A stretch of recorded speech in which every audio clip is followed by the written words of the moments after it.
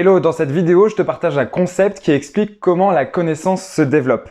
Avoir ça en tête te permettra de trouver des éléments pour développer ta connaissance et continuer d'apprendre sur de nouveaux sujets. Ce développement passe par la circulation entre ce qui est implicite et ce qui est explicite, et ça passe aussi par la circulation entre ce qui est du domaine du collectif et ce qui est du domaine de l'individuel.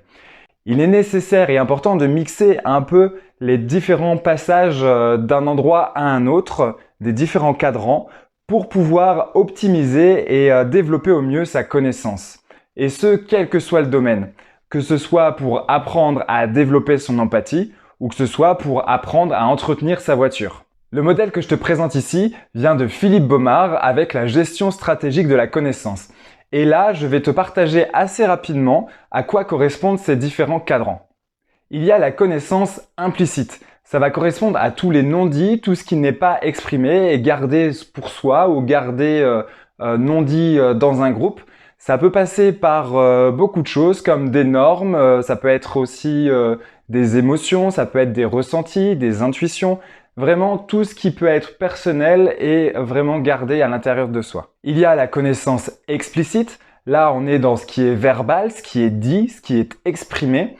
C'est la face analytique, la face de raisonnement qui est exprimée par des mots et par de la théorie. Pour la connaissance individuelle, il va s'agir du savoir d'une seule personne. Chaque individu a sa propre représentation d'un savoir, son propre angle de vue sur une situation ou sur un vécu.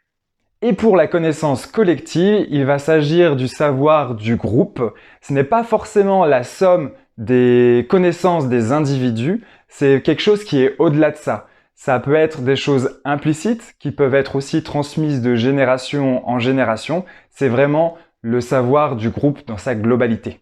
Comme je l'ai dit tout à l'heure, ce qui est vraiment important, c'est la circulation entre les différents éléments. Et c'est ça qui va permettre de développer au mieux la connaissance.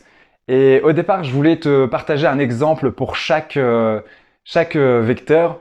Et en fait, je me suis dit la flemme. Parce que pour moi, ça me demandait beaucoup d'énergie. Alors, je vais juste te partager un ou deux exemples. Et si tu veux plus de détails sur les autres vecteurs, n'hésite pas à me le dire en commentaire et je pourrai échanger un peu plus avec toi. Pour un premier exemple, on peut avoir un passage de l'implicite individuel vers l'explicite individuel. Cela correspond par exemple à un moment où tu te poses et tu vas répondre à des questions, faire une certaine introspection pour aller voir quelles sont tes connaissances sur un sujet. Que ce soit des connaissances techniques, comme si je te pose la question qu'est-ce que tu sais sur le cycle de l'eau, tu vas pouvoir me dire ce que tu sais à propos de ce sujet, ou sur ce que tu vis. Par exemple, si je te demande comment s'est passée ta journée, il est sympa que tu prennes un temps de réflexion individuelle, à noter sur le papier ou à réfléchir, élaborer ta pensée. Et le fait de réaliser cette petite réflexion individuelle va permettre de faire passer tes connaissances qui te sont implicites à quelque chose d'explicite. Et pour poursuivre avec la circulation de la connaissance, une fois que c'est explicite pour toi, tu vas pouvoir passer de l'explicite individuel à l'explicite collectif, et ça en exprimant le résultat de tes réflexions, en partageant ça à un plus grand groupe.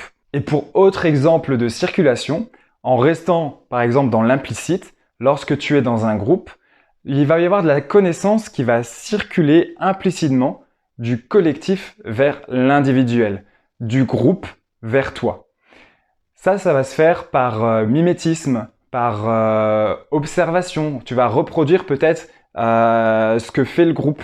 Et ça peut être même très rapide, comme je te le montre sur cette vidéo. Regarde cette personne qui arrive.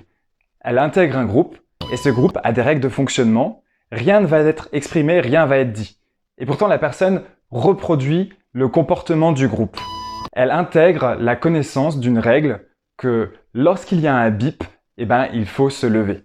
Si tu veux regarder un peu plus cette vidéo, je te le mets en description bien sûr. Et tu verras la suite de cette expérience. Alors pour revenir à la question de départ, comment développer sa connaissance? Je t'invite à trouver des espaces, de trouver des groupes avec lesquels échanger pour pouvoir faire circuler cette connaissance comme sur ce schéma-là. Mais aussi, c'est l'occasion de pouvoir recevoir de nouvelles idées. Que chacun dans ce groupe puisse avoir l'espace pour pouvoir présenter ses connaissances, que ce soit pour les exprimer au groupe ou pour les transmettre ou avec l'idée de partager un savoir. Ne pas rester seul, c'est aussi l'occasion de pouvoir transmettre implicitement des connaissances au groupe par son comportement, sa façon d'être, et inversement recevoir des comportements du groupe. Bien sûr, pour ça, il est important de s'entourer de bonnes personnes avec qui on a confiance et pourquoi pas se remettre en question ou se questionner, par exemple, sur tel ou tel comportement, pour ne pas, par exemple, reproduire des comportements qui ne seraient pas judicieux. Et sans oublier de prendre le temps de pouvoir se questionner soi-même, faire le point sur ses connaissances pour pouvoir travailler la circulation entre ce qui est implicite et explicite et inversement sur ce qui est explicite et du coup intégré implicitement, c'est dans l'autre sens, ses connaissances. Sur ce partage, j'ai surtout essayé de regarder ça sous un angle de développer des connaissances pour soi.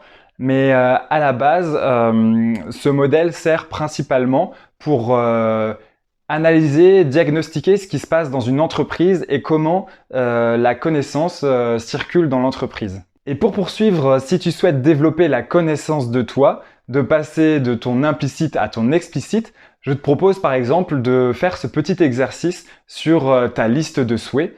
Et si tu as envie de changer de sujet, n'hésite pas à regarder une des dernières vidéos que j'ai mises en ligne. Et sur ce, je te dis prends soin de toi et à la semaine prochaine.